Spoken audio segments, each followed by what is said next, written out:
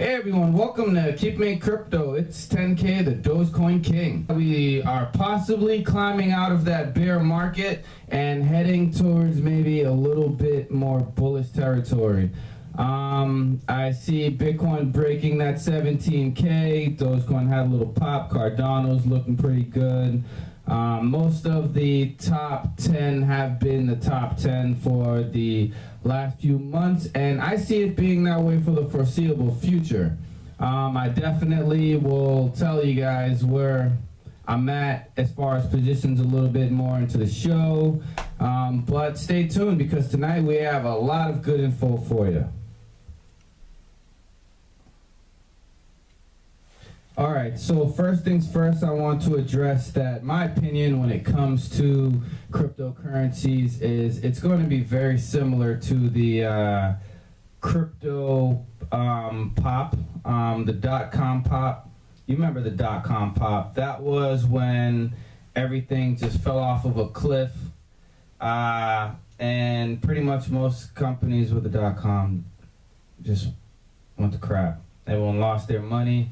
You're going to see that happen with a lot of cryptocurrencies. There's well over 17,000 last time I checked months ago. Yeah, a lot of projects fell apart. A lot of projects are picking up steam, but I really see most things are just going to pretty much go to zero because there's only X amount of money that can go on around in the world. We have hyperinflation. It's 2023. As you guys know, we have a crap load of inflation. You go to the grocery store and you're paying about $10 now just for a crate of eggs. Can you believe that? I think someone played a funny joke. Let me tell you this funny joke. So I was at the supermarket and I saw I love whole milk. I know some people like skim milk and this, that milk. I'm a whole milk kind of guy. And I saw the sticker on it, said like $6.12. And I swear to God, I almost had a heart attack there on the spot. Now, it was actually a joke. It might have cost a little bit less than $3, but someone really thought it was funny to put the sticker there, and I nearly crap myself. Yes, we're going live on Instagram. All right, so let's see who joins in on our Instagram. The topic that we're going to be talking about is, are we going to be seeing a bull market in 2023? In 2023.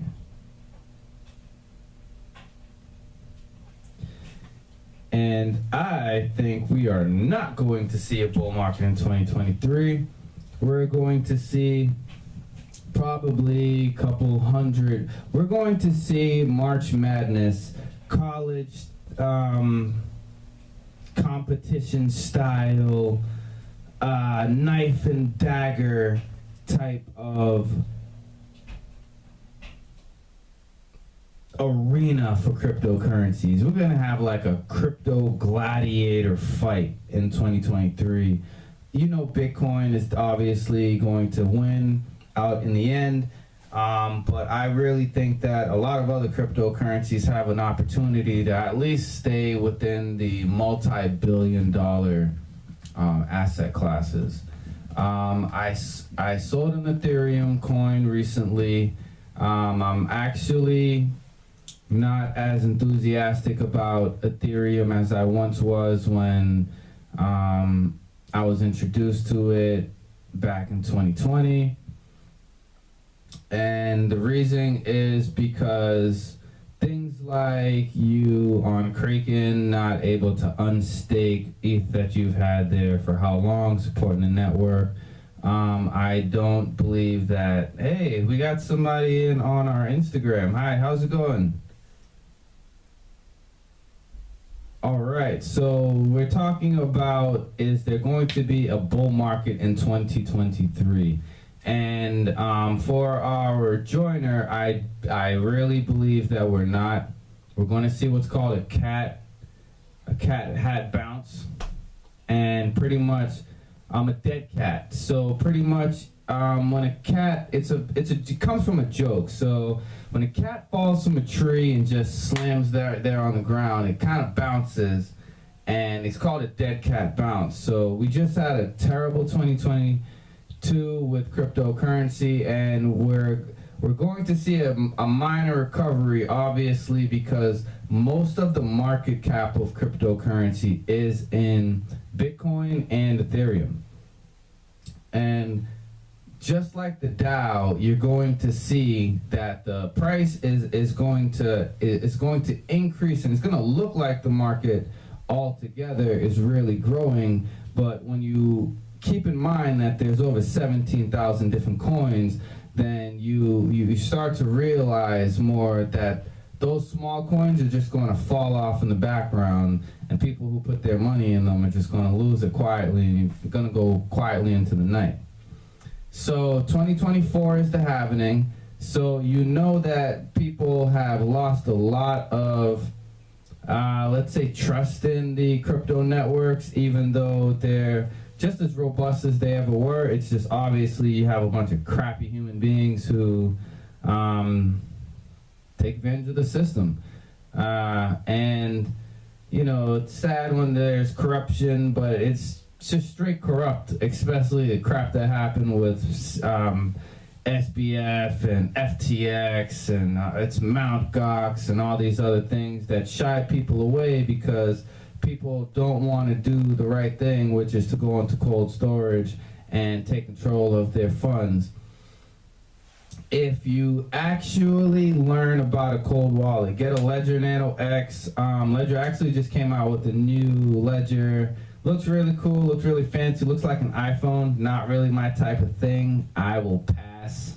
I will gladly pass on the new Ledger. It's like a tablet, and it doesn't really make sense to have something like that because you don't want to walk around with your cold wallet like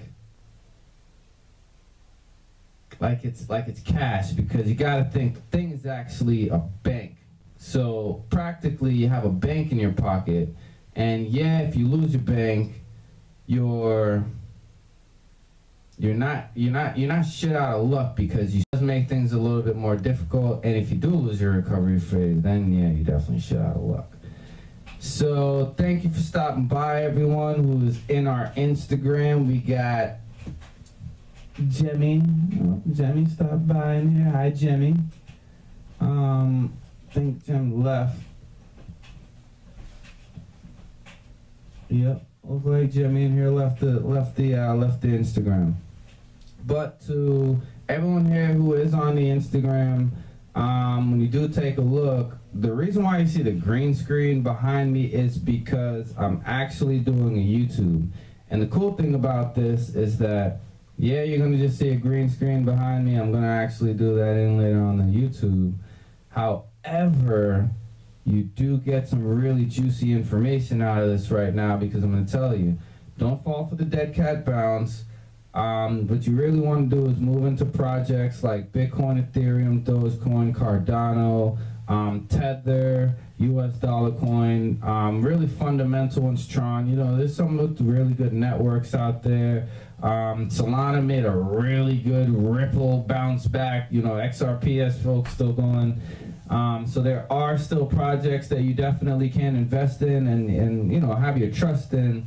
However, the thing that you want to decouple, because there's going to be a lot of decoupling. That's why I believe 2023 is not necessarily a bull market, even though it looks like we are going to be going up for a little bit, because all the money that's going to be lost in those other things that are kind of just, you know, crap coins.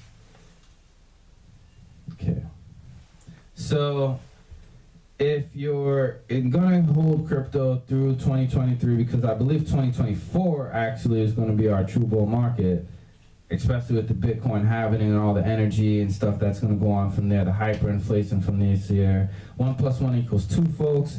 And when folks see that their fiat currency is worth crap, and they probably should have stored some of whatever they earned, or, you know, inherited or whatever into a more gold-like substance, then things will really reflect in the price when it comes to Bitcoin, and you may possibly see this coin back over 40, which I know folks have not seen for a long time, but 40, 50, that's not really too much to ask for when you can go back a couple years, talking about like a decade, and see folks who were believing in this thing when it was a pennies, you know? And at this point, now those folks are looking at everyone else like, why have you still not understood that this is the future? It's here. You have to deal with it. It's legit. Please give it its legitimacy because it is pretty darn legit. You know, whatever happens with the individual players in the market, that's completely different. But as far as the legitimacy of the cryptos, I mean, you really can't beat Bitcoin. I could see it being here hundreds of years from now. All right, so we're gonna drop off of the Instagram so that we can get some more angles for us when we actually produce to YouTube. But I do want to say thank you for those who dropped into feed and checked out the live. Definitely share. If you have not gotten onto the YouTube and subscribed, go over to YouTube, subscribe, follow the channel. We are launched as Keeping It Crypto. All right. Have a good night. All right, so the reason why, in a little more detail, why I sold that Ethereum coin is because the project, I haven't lost hope for it. I just don't think that it is going to recapture its audience the same that it did when it first came out and was really popular when you had everyone really going after NFTs all the time and stuff like that. I really doubt that people are going to spend millions of dollars on Bored Apes and stuff like that. You don't even hear about them really anymore. No one's buying them, no one's trading them. You know, they've really kind of gone into the dark. Bored Apes, I mean, the concept of it is actually really cool when you think about it. But even though the concept of Bored Ape is cool,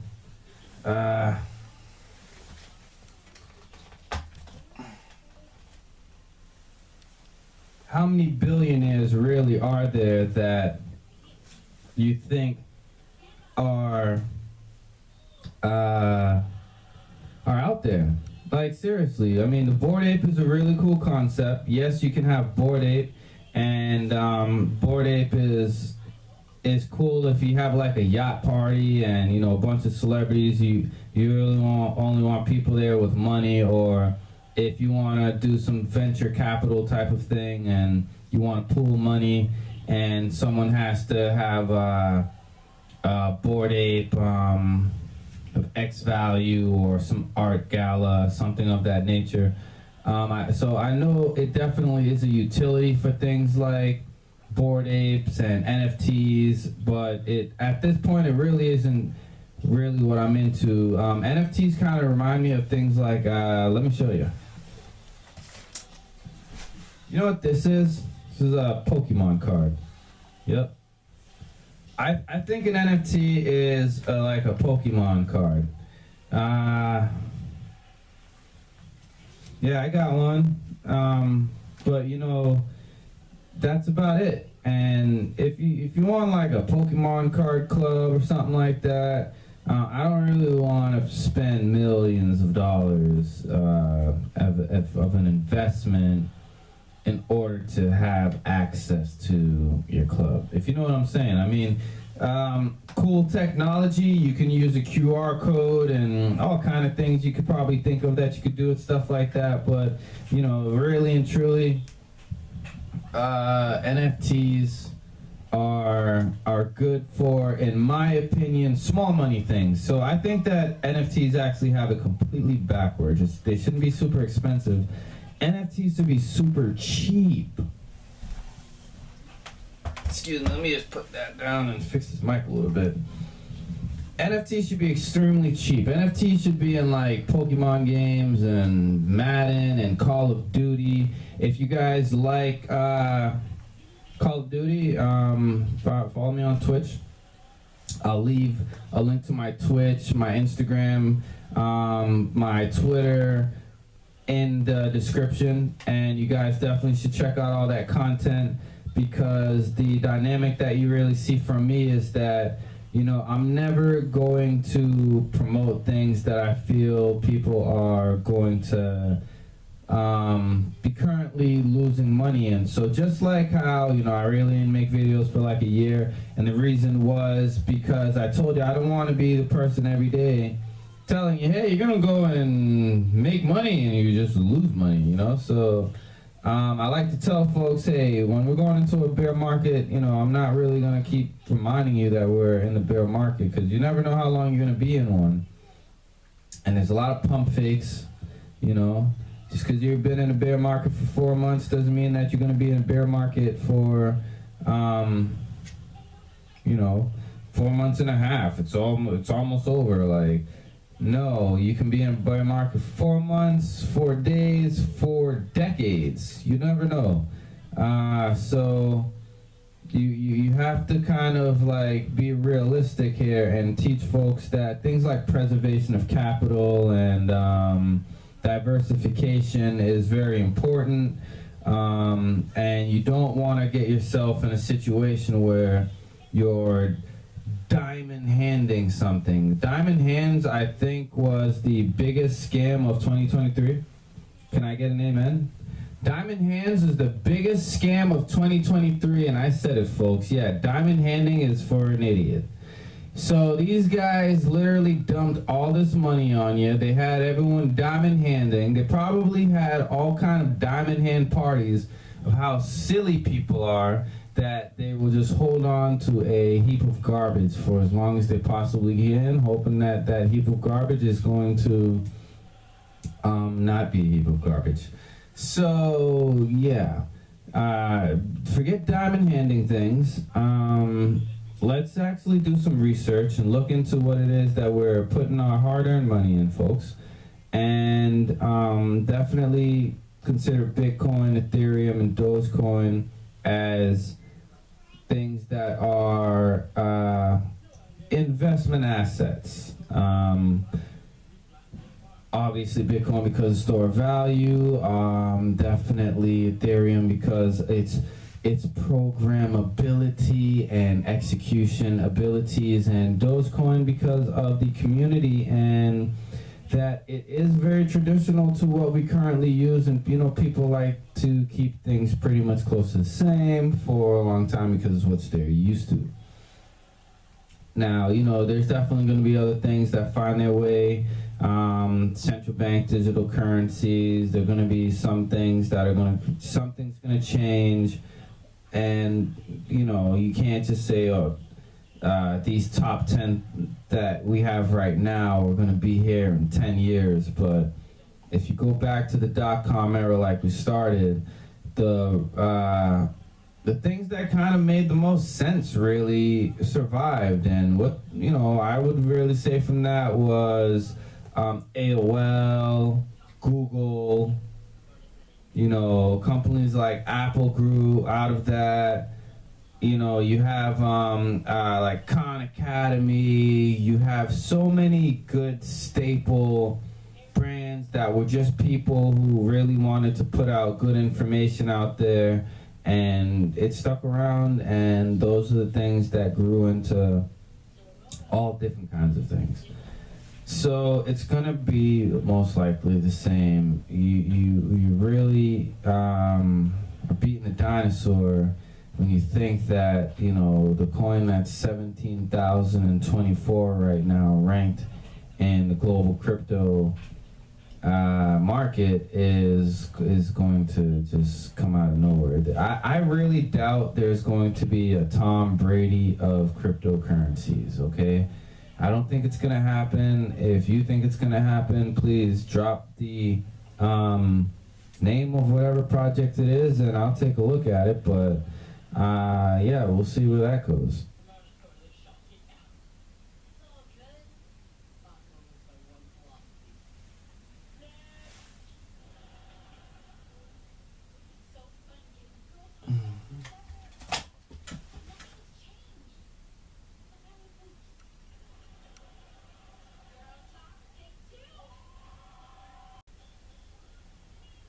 All right, so let's see.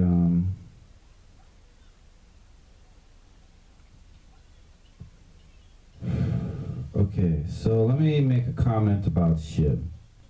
SHIB, I believe, is going to stick around. It has a lot of support from the people who missed out on Dogecoin but believe in something very similar, in very poor countries where that amount of money meant a little bit to them. You should remove yourself from America if you're in America watching this video and think, okay, so Dogecoin is 7 cents. Hey Siri, what's 7 cents in India's currency? Okay, I found this on the web for what's 7 cents in India's currency. Check it out.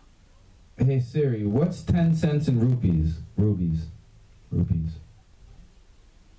Okay, so 10 cents in rupees is $8.21 rupees.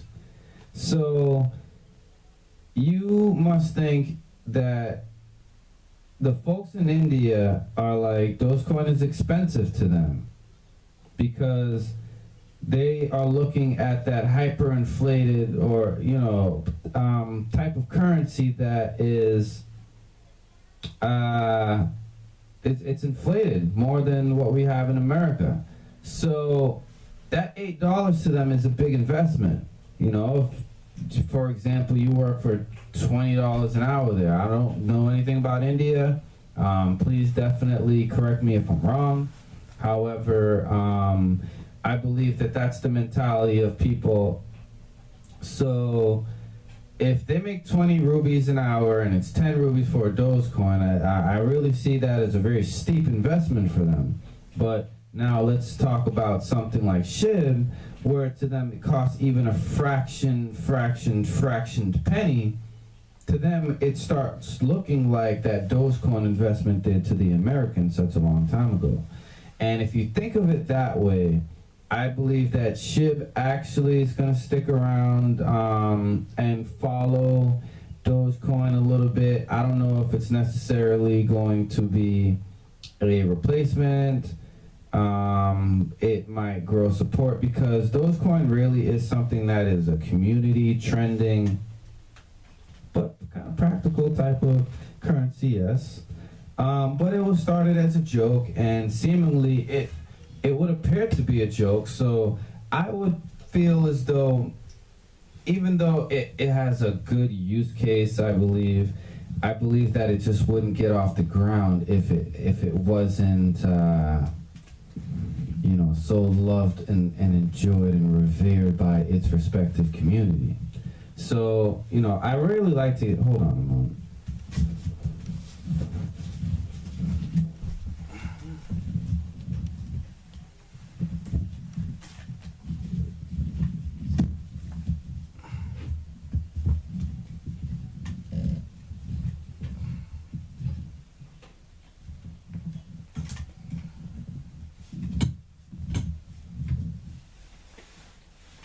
All right, so practically SHIB is, I don't want to say it's a waste of money for anyone, because it definitely could grow into something, but it's just something you should keep your eye on. If you are already in Dogecoin and you do have a few bucks, I don't know, maybe buy 50 bucks worth, 100 bucks worth. It's up to you, really. But it is definitely a project that has support. So things that are like a Mavericks game or a football game, and they're doing raffle tickets or something, Dogecoin and SHIB will fit into those shoes really well because very low value. I mean, you must think that the value of these coins in time will obviously grow to be some kind of fiat morphed system because they are inflationary. I believe that the only really major deflationary cryptos that we have is Bitcoin and Ethereum. Ethereum having recently started to do that.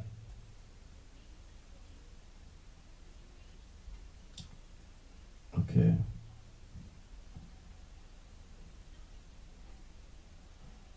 But for the most part, I think that it's best, folks, to stay with deflationary, major, multi-billion-dollar project cryptocurrencies if you expect to be in here for the gains in the long run.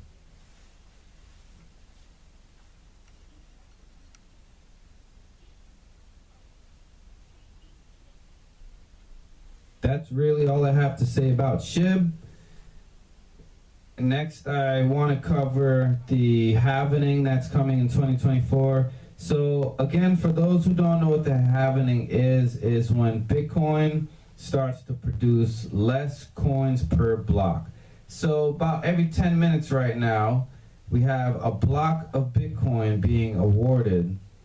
So for our miners out there that are making the Bitcoin transactions possible over the network, there's a reward, and it's about every 10 minutes, and that is until the halvening. The halvening is the point where you're going to have the network cut in half the amount of Bitcoin being produced for that block reward. So for right now, we're at about 6.5 Bitcoin being produced every 10 minutes. So the next halvening, we're going to have 3.25 Bitcoin being produced every 10 minutes. And then from the next halvening, we're going to have that cut in half. Again, all the way up until we have 21 million Bitcoin in circulation. What that means is once we hit 21 million Bitcoin, there will be no more Bitcoin mined, folks. The only way that you will make Bitcoin is from where you would earn it, in a sense, is from validating on the blockchain. And that is not Bitcoin that is going to be removed or created and put into circulation. That's obviously just going to be people's fees for them moving around their coins. So we're going to be in a closed loop system. At that point, I mean, people right now with tons of money are accumulating tons of Bitcoin. There's like over 8 billion people on the earth right now. Hi to my 8 billion brothers and sisters out there. Sending you love all the way from Boston. If you have not subscribed, go ahead and subscribe. Hit like if you are enjoying the content. And definitely stick around and stay tuned because I'm going to be putting out as much content as I can, especially with the bear market hopefully, possibly, maybe being behind us for the time being. Maybe it's time to make a little bit of money, folks. And if that's the case, then I definitely want to be here, and I want to help you guys navigate through the crypto economy. And we're gonna just keep it crypto. I mean, obviously, keeping it crypto is tied with what goes on with the rest of the economy, but probably in 100 years, crypto is going to be completely decoupled from the traditional, as we know it right now, fiat system. And I have a ton of ideas for where crypto can go when it comes to how the world is ran. I can make tons of really in-depth connections so that you can get a good grasp of what's coming, folks. but that's definitely for another episode, so stay tuned for that. This mic, stay, huh? Okay, so hopefully my mic will stay now and we can just finish this up.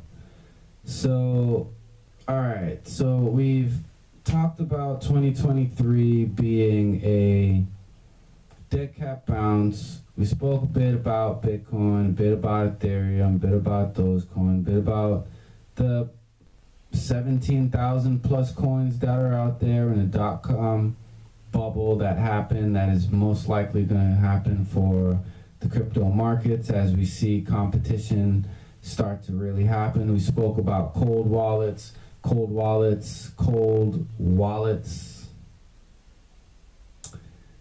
wallets are okay, but cold wallets are critical because you saw FTX just implode, and a lot of folks lost their money. I can tell you that SBF is not a genius who broke the blockchain. SBF is just a con man who got over on folks not wanting to truly take notice of what's going on around them, who are not holding folks accountable for their actions, and are not progressively encouraging legislation around crypto to protect who? I want legislation for crypto because it protects me. It makes sense that you want to have cryptocurrencies be regulated because it protects you. It protects you. The billionaire, everyone did not get as much protection as you and I get. Look at a bank in the FDIC secured. $250,000 secure if anything happens, that you're going to get your money back. Now you got to think about those folks, right? You have to think. If you're a billionaire, what is $250,000 to you? It's nothing. $250,000 is a spitball. So if you think that those FDIC secured laws and everything benefit the rich as much as it benefits the poor, then I mean, I'm not a financial expert and I'm not a financial advisor, but I do really feel like I can comment on the matter, and that is just because of me being the average person who I didn't go to school for finances, but I read a couple books that are like Ben Graham, Warren Buffett, Charlie Munger. I've studied and followed plenty of value investors. The Wall Street Trapper is cool. I love him. Shout out to the Wall Street Trapper. And so many other folks out there that help you get to the right information so that you can start to learn. I know some great books. I didn't just read a couple of books, 5 books. I've read well over 15, 20 financially subjective books that would further anyone's mental capacity when it comes to economics. So that's why I do feel like I can comment. I did go to college for computer science, and I also was not terrible at math, even though I'm not really into doing it. I probably forgot every equation you could think of, but I can do it, and it makes sense to me. So I understand fundamentals, and 1 + 1 = 2, and hyperinflation is a real thing. It's a very difficult thing to deal with, and we're going to go through it, as far as I believe, in America. At some point, it may not be now, we might pull a rabbit out of the hat, but at some point I believe that hyperinflation is definitely going to happen, and that's something that Bitcoin is completely opposed to, and if you want to be on the right side of economics in the future, I believe that you gotta hold at least a couple $100 in Bitcoin right now, $500. At least gotta be in $500 on Bitcoin. If everyone's $500 in on Bitcoin, then we'll definitely, start to be moving the asset in the right direction. A lot of folks haven't gotten in yet, but I can tell you for many different reasons, and that's another video I should definitely do and dedicate the reasons why you should commit to being your own bank. That is definitely, I think, great content that a lot of folks will benefit on, and that's something that I'm going to work on getting out of there. The benefits of Bitcoin. All right, folks, so that's about all that we're going to really cover in this video. Thank you so much for being here. Definitely, if you have not gotten the time to do so, hit that like, smash that subscribe. Definitely hit them bell notifications, because the content that's going to be coming out of this channel can make you a lot of money. It can make you lose a lot of money too, and I'm not going to lie, I'm not a financial advisor, so do your own due diligence, folks. All right. So the iPhone just died. That means that we are off of Instagram Live. But hey, again, check me out on Twitter. Check me out on Instagram. Check me out on Patreon. I have a Patreon. I'm on Clubhouse. I'm on Facebook. And one last thing, folks. One last thing to all my beautiful, wonderful viewers out there. I know you guys from St. Vincent, from the UK, from the I saw like a few folks from like Canada. I think I got a few views from.